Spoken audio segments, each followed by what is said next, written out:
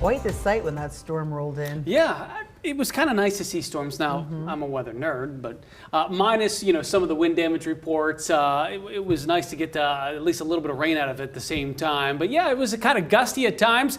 And you know what, May, June, and we can even get some good storms there in July. But May and June, when you still have some of that cool spring air left over, that can lead to some severe weather. Not that tonight was necessarily a severe night. We did have, I think, two severe thunderstorm warnings in our area, mainly due to hail and some wind gusts. We did have some wind gusts reporting around 45 miles an hour, one of those near Newville.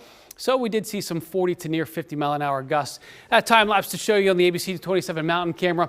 We seem to be wrapping things up now. It was one of those days that we anticipated to at least bring some rain. We were hoping for about a quarter to a half, and that was really the majority of the area. Some areas did get a little bit more than that. We can see that line that was moving through. We're going to show you that one more time because we had some pretty good lightning strikes at the same time. I was out looking off in the distance, and you could see some of that lightning here from the studio.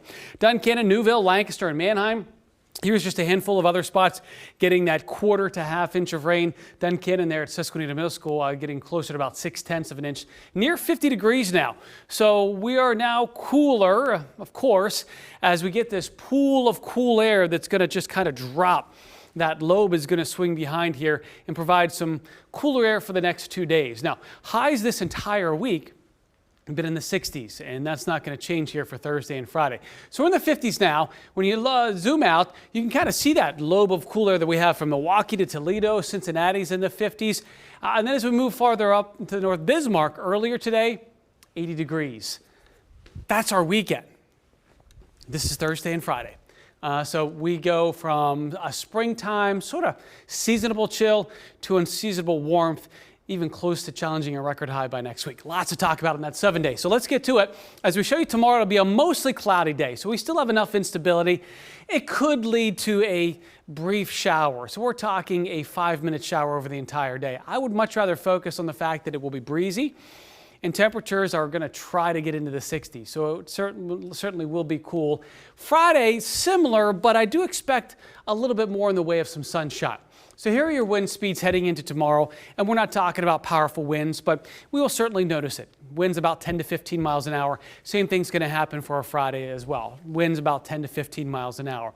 So we wrap up days in the 60s. That ends on Friday. Then we get warmer Saturday. There could be a stray shower Sunday, but for the most part, it looks like a fairly decent, what's summer-like weekend.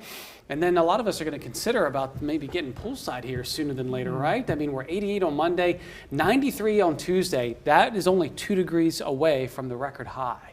So we get warm pretty quick, but that has been the case all spring, right? It's been an exciting forecast. Either really chilly or let's go for a record high. Yeah. Thanks, Eric.